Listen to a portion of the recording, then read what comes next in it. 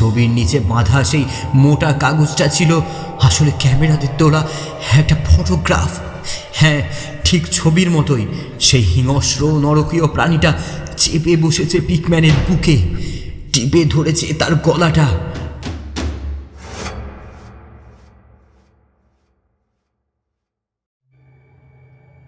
নমস্কার বন্ধুরা, আমি রূপম। তোমাদের সকলকে থ্রিলার পিডিয়া বাংলায় স্বাগত জানাই।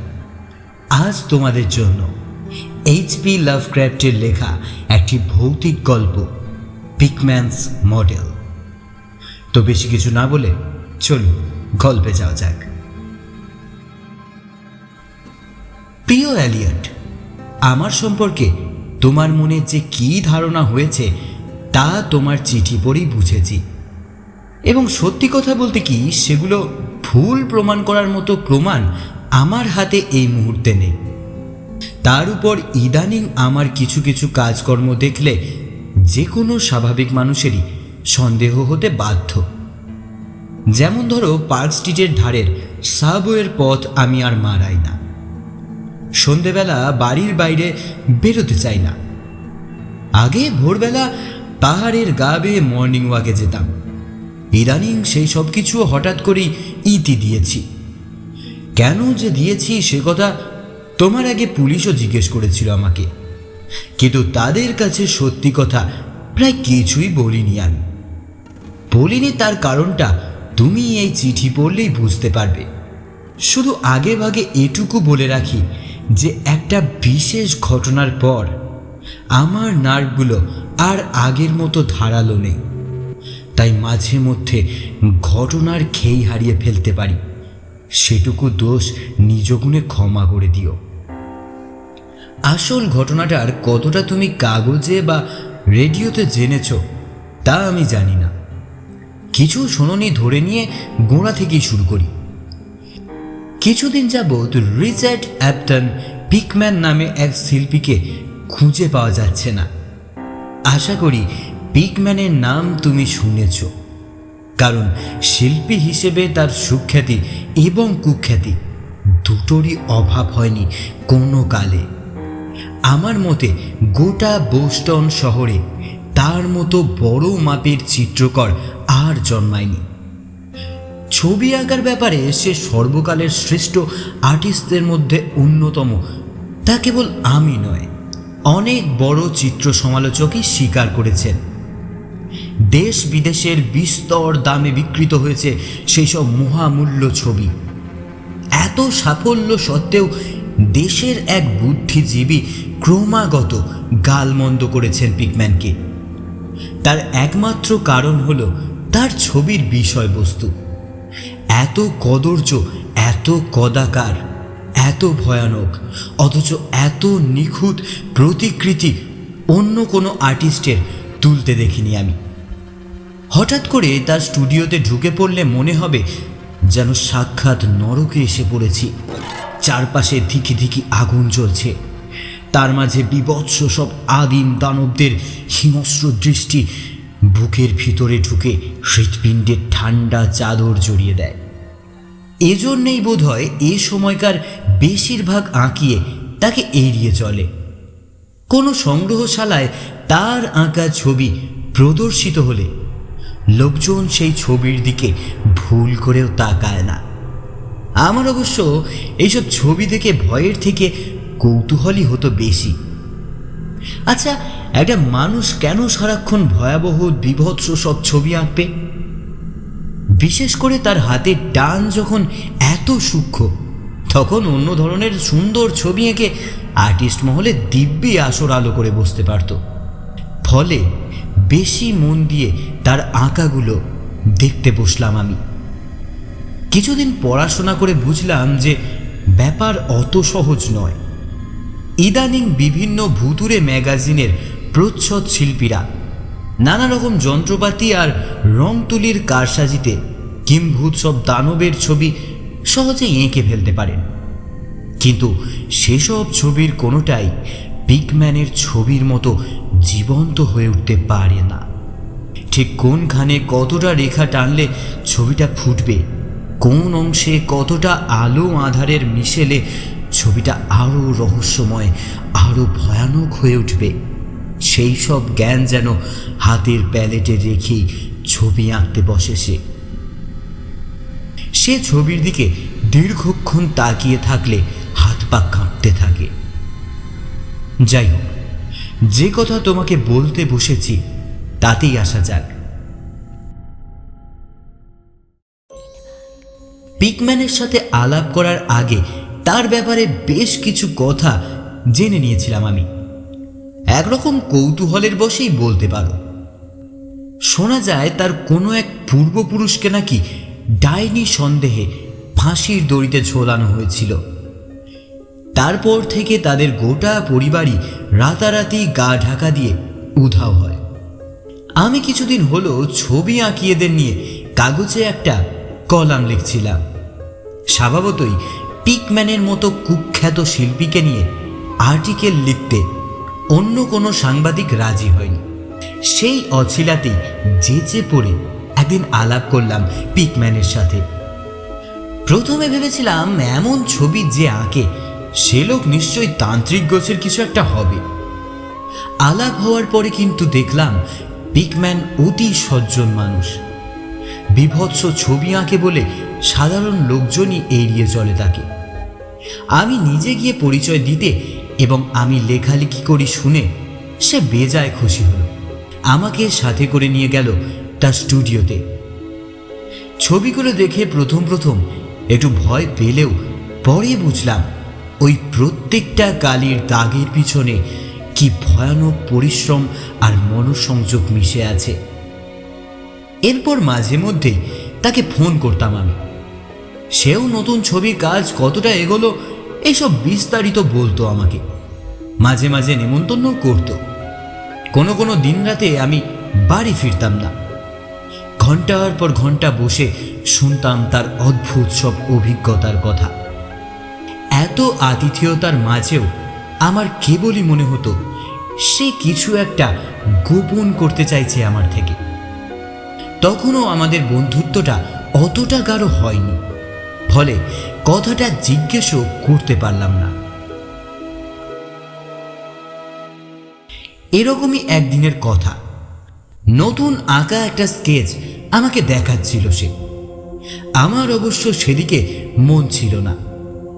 এক দৃষ্টে তাকিয়েছিলাম ধিমে তালে জ্বলতে থাকা মোমের আলোর দিকে। শেষে প্রশ্নটা করেছিলাম, আচ্ছা তোমার ছবিগুলোতে কি আছে বলো তো? সে অবাক হয়ে হেসে বলল, কি আবার থাকবে, রং তুলি আর আমার খ্যাপাটে মাথার খানিকটা কল্পনা। সে তো সব ছবিতেই থাকে, তোমারগুলো এত আলাদা কেন? আলাদা বলেই তো আমি পিকম্যান, তাই না? সে যাই বলো, আমার মনে হয় তুমি কিছু একটা চেপে যাচ্ছ আমার থেকে। সে আবার আগের মতোই হাসলো, আমার দিকে একটা ইশারা করে বলল, চলো আমার স্টাডি থেকে ঘুরে আসি, কিছু জিনিস দেখানোর আছে তোমাকে। আমি বাধা দিয়ে উঠলাম, দোহাই বাবা, তোমার ওই ভয়ানক হাড় হিম করা ছবিগুলো আর দেখতে চাই না আমি। একরকম জোর করেই আমাকে ধরে নিয়ে গেল পিকম্যান। এই কদিনে মুখে অনিচ্ছা প্রকাশ করলেও কেন জানি না আমার তার ছবিগুলো সম্পর্কে কেমন যেন একটা নেশা হয়ে গেছিল। ছোটখাটো দু একটা ম্যাগাজিনে আমি অলৌকিক গল্প লিখে থাকি, ফলে অতি প্রাকৃতের দিকে আমারও কৌতূহল থাকাটা স্বাভাবিক। স্টাডিতে ঢুকে সুইচ টিপে আলো জ্বেলে দিল পিকম্যান। দেওয়ালের গা জুড়ে রাখা বড় আর মাঝারি সাইজের পোর্ট্রেট, সেগুলোর দিকে তাকালেই গা শিরশির করে ওঠে। অন্যদিন সেগুলোর দিকে এগিয়ে যাই আমরা, আজ কিন্তু সেদিকে ফিরেও তাকালো না পিকম্যান। বরঞ্চ ঘরের বাঁ দিকে ছোট্ট একটা টেবিলের উপর রাখা সুটকেস হাতে তুলে নিল। লকটা খুলে ভিতর থেকে কয়েকটা পুরনো কাগজের তারা বের করে আনলো। আমি ঝুঁকে পড়লাম তার উপর। কয়েকটা হলুদ হয়ে যাওয়া কাগজের উপর পেন্সিলে কিছু আঁকা আছে। আমার দিকে কাগজগুলো এগিয়ে দিয়ে পিকম্যান বলল, দেখো দেখি কেমন হয়েছে। আমি কাগজগুলো চোখের সামনে মেলে ধরতে বুঝলাম সেগুলো কোনো শিশুর হাতে আঁকা পেন্সিল স্কেচ। ছবিগুলো কিন্তু বেশ সুন্দর। কোনোটা আকাশের এক কোণ থেকে দল বেঁধে নেমে আসা পরীদের ছবি, আবার কোনোটা জলের তলায় ভেসে যাওয়া রঙিন শামুকের। প্রতিটা ছবির নিচেই নাম সই করা, রিচার্ড অ্যাপটন পিকম্যান। অবাক হয়ে বললাম, এগুলো তো দিব্যে সুন্দর হয়েছে। নিচে তারিখটা দেখেছো? সইয়ের নিচে ডেট লক্ষ্য করে বুঝলাম এগুলো পিকম্যানের বেশ অল্প বয়সে আঁকা। যে বয়সে আমরা সাধারণত আপেল, কলা বা একগাছা আঙুর এঁকে মন ভরাতাম, সেই বয়সে পিকম্যানের ভাবনা কল্পলোকে ডানা মেলত। তাহলে এইসব কুৎসিত ছবি আঁকা শুরু করলে কবে? সে ভাবুক মুখে বলল, কি জানি, ছোটবেলার কথা ঠিক মনে পড়ে না। মনে হয় মাথা থেকে কেউ যেন সাদা রং দিয়ে মুছে দিয়েছে। পরিবারের কেউ তো বলতে পারবে, মানে যারা ধরো তোমাকে ছোটবেলা থেকে দেখছে। তেমন কেউ আর বেঁচে নেই, আর আমিও তো বড় হয়েছি বোর্ডিংয়ে, খুব একটা কেউ দেখতে আসতো না। আমি একটু ভেবে নিয়ে বললাম, বেশ, তাহলে এগুলো আপাতত আমি নিয়ে যাচ্ছি। পিকম্যান খুব একটা আপত্তি করল না, বরঞ্চ আমি যে তার ব্যাপারে এতটা আগ্রহ দেখাচ্ছি সে ব্যাপারে খুশিই হয়েছিল মনে হয়। সেদিন বাড়ি ফিরে আমি স্কেচের কাগজগুলো নিয়ে বসে পড়লাম। স্টাডিতে ছবিগুলো দেখতে দেখতেই একটা বুদ্ধি মাথায় এসেছিল। লক্ষ্য করেছিলাম একটা বিশেষ সময়ের পরে পিকম্যানের ছবিগুলোতে একটু একটু করে ভয়ানক ভাব আসা শুরু করেছিল। 4 বছর বয়সে পা দিয়েই সে মৎস্যকন্যা আঁকতে শুরু করেছে, অথচ 4.5-এর আগেই দেখছি সেই মৎস্যকন্যা শুয়ে পড়েছে জলের ধারে, শরীরের নিচের অংশ ছিঁড়ে খাচ্ছে কতগুলো মাংস খেকো পিরানহা মাছ। এরপর থেকেই ধীরে ধীরে ছবি ভয়ানক হতে শুরু করেছে। ব্যাপারটা খেয়াল করতে আগ্রহ আরও বেড়ে গেল আমার। অর্থাৎ 4 থেকে 4.5 বছরের মাঝে তার জীবনে কিছু একটা বদল এসেছিল। সেই ঘটনার প্রভাবই ধীরে ধীরে পড়েছে তার ছবিতে। সব যদি পাওয়া যেত তাহলে ঘটনার তারিখটাও জোগাড় করে ফেলতাম। এরপর থেকে দৌড়াদৌড়ি কম করিনি। যে বোর্ডিং স্কুলে পিকম্যানের শৈশব কেটেছে সেখানে অবধি হানা দিয়েছি। তারা অবশ্য কিছুই বলতে পারেনি। বাবা মার সাথে তেমন হৃদ্যতা তার কোনোদিনই ছিল না, ফলে সেদিক থেকেও কোনো খবর জোগাড় করতে পারিনি। হতাশ হয়ে আবার ফিরে এসেছিলাম নিজের বাড়িতে। ধীরে ধীরে ব্যাপারটা মুছেই যাচ্ছিল। একদিন আচমকাই পিকম্যানের ফোন পেলাম। জরুরি তলব।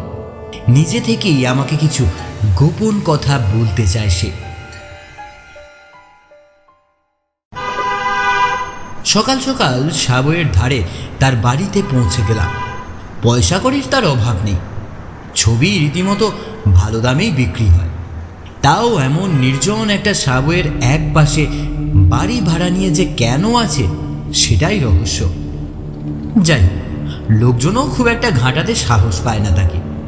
পিকম্যানের দোতলা বাড়িটায় প্রথম যেদিন ঢুকেছিলাম সেদিন থেকেই বিষণ্ণ একটা ভাব চেপে ধরেছিল আমায়, যেন বহু বছরের মৃত অভিশাপ কেউ বাড়িটার নিচে চাপা দিয়ে রেখেছে। এই শেষ কথাটার খানিকটা যে সত্যি হতে পারে তা বুঝেছিলাম পিকম্যানের সাথে আলাপ হওয়ার পরে। বাড়িটার নিচে সত্যিই একটা ছোট ঘর আছে, তবে সে ঘরখানায় কোনোদিন আমাকে নিয়ে যায়নি সে।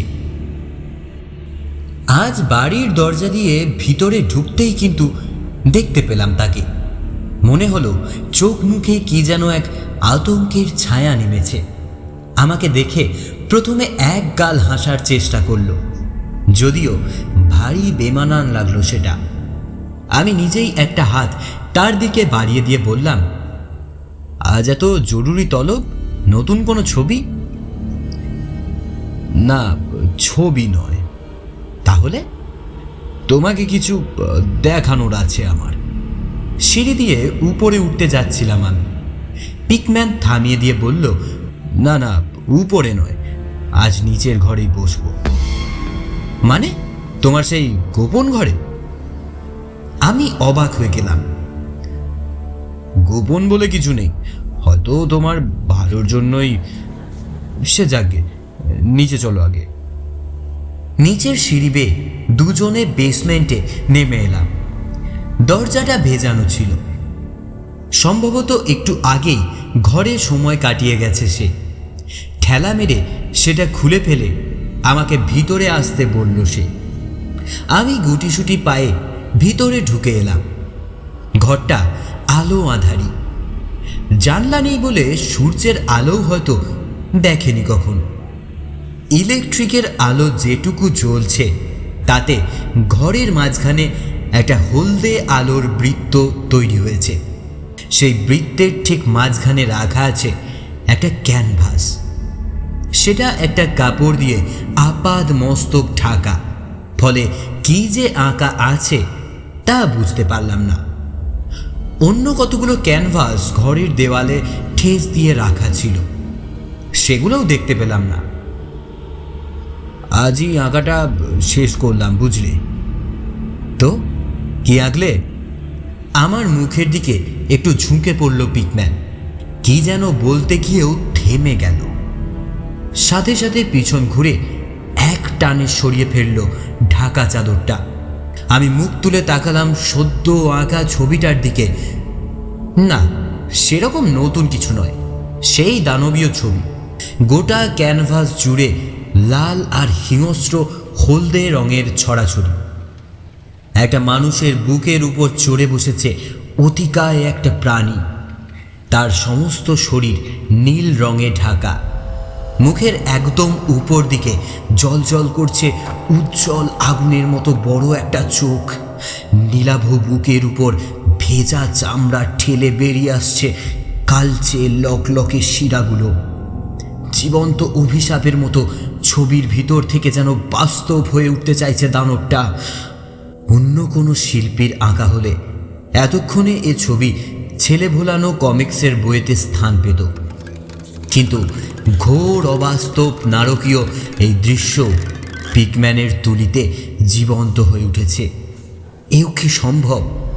দুঃস্বপ্নের মতো যে দৃশ্য কল্পনা করাও কষ্টকর, তা কেবলমাত্র তুলির টানে এত জীবন্ত হয়ে ওঠে কি করে? ছবিটার ঠিক নিচের দিকে একটা ছোট কাগজ আটকানো আছে। সেটা যে কি তা এতদিন পিকম্যানের সাথে মেলামেশা করে জানতে পেরেছি। ছবি আঁকার আগে ছবির ব্যাকগ্রাউন্ড কেমন হবে তার একটা খসড়া সাধারণত এঁকে নেন আর্টিস্টরা। সেটা দেখে দেখে তারপর আসল ছবি আঁকতে হয়। অনেকটা ব্লু প্রিন্টের মতো ব্যাপার। সেদিন জিজ্ঞেস করেছিলে না আমার ছবিগুলো এত জীবন্ত হয় কি করে? আমার ভয়ার্থ মুখের দিকে তাকিয়ে জিজ্ঞেস করে পিকম্যান। সেদিন শুধু নয়, আজও জিজ্ঞেস করতে ইচ্ছা করছে। যে জিনিস কোনোদিন নিজের চোখে দেখোনি তা এত নিখুঁত করে আঁকো কি করে?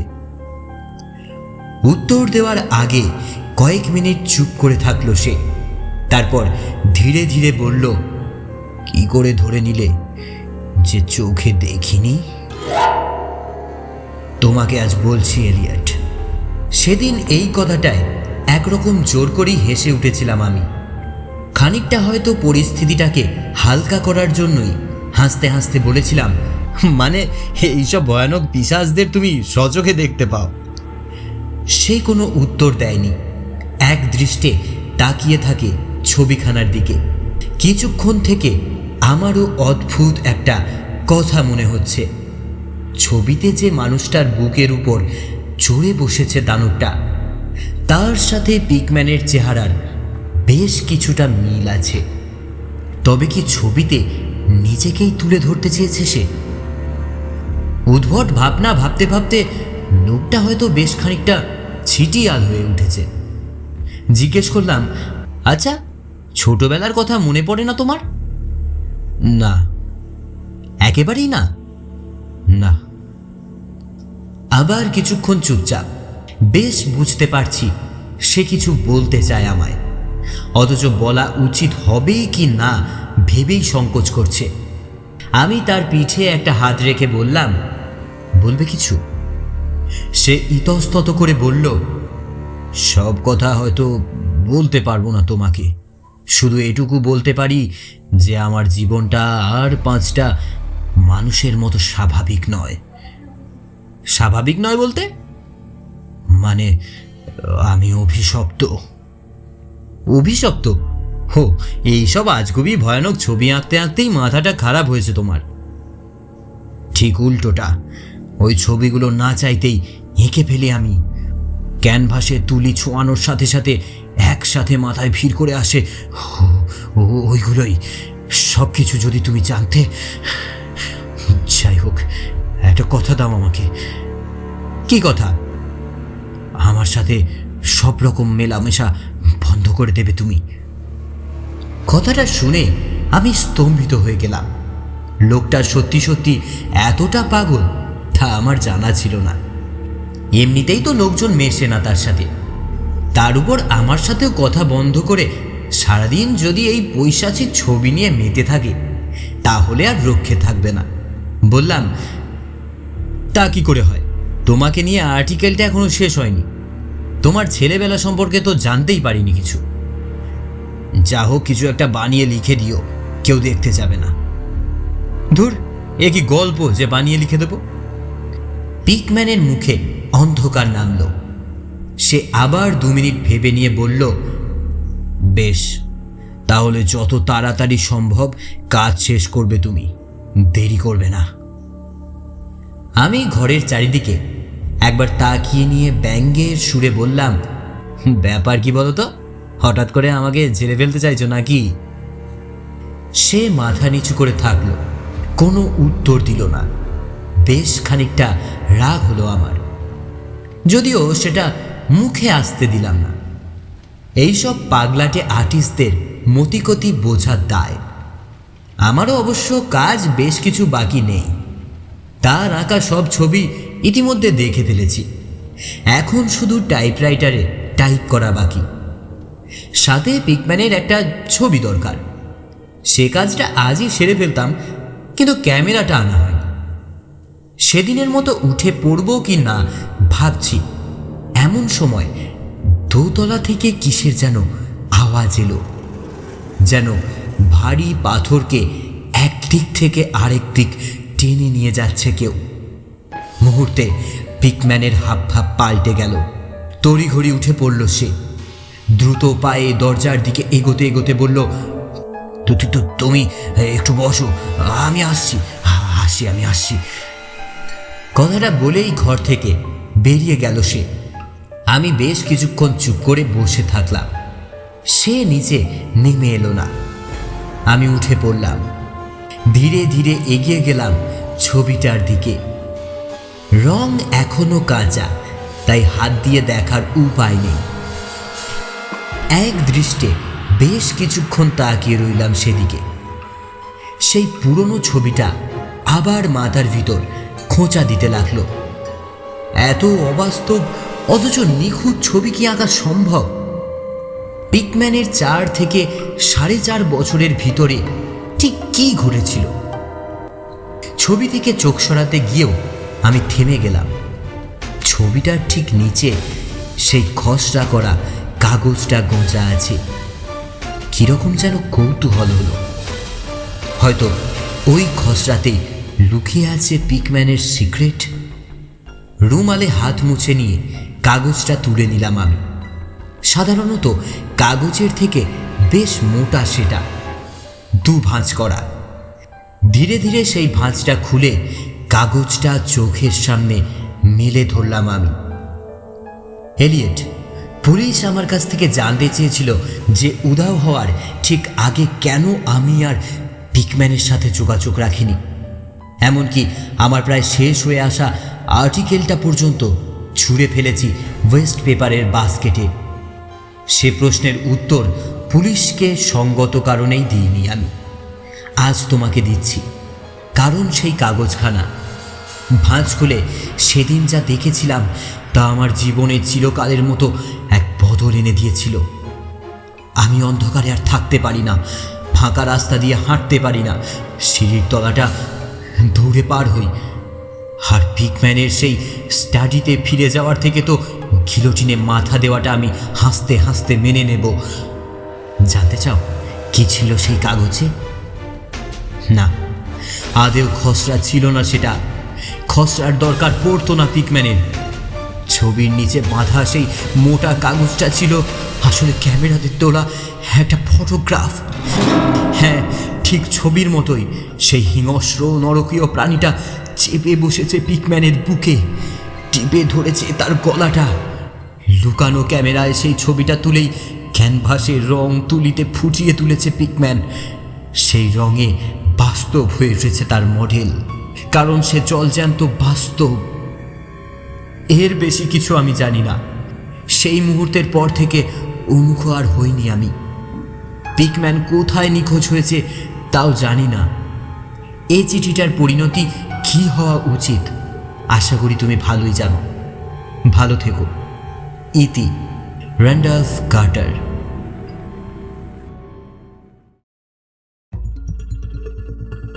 শেষ হলো আজকের গল্প, এইচপি লাভক্রাফটের লেখা পিকম্যানস মডেল।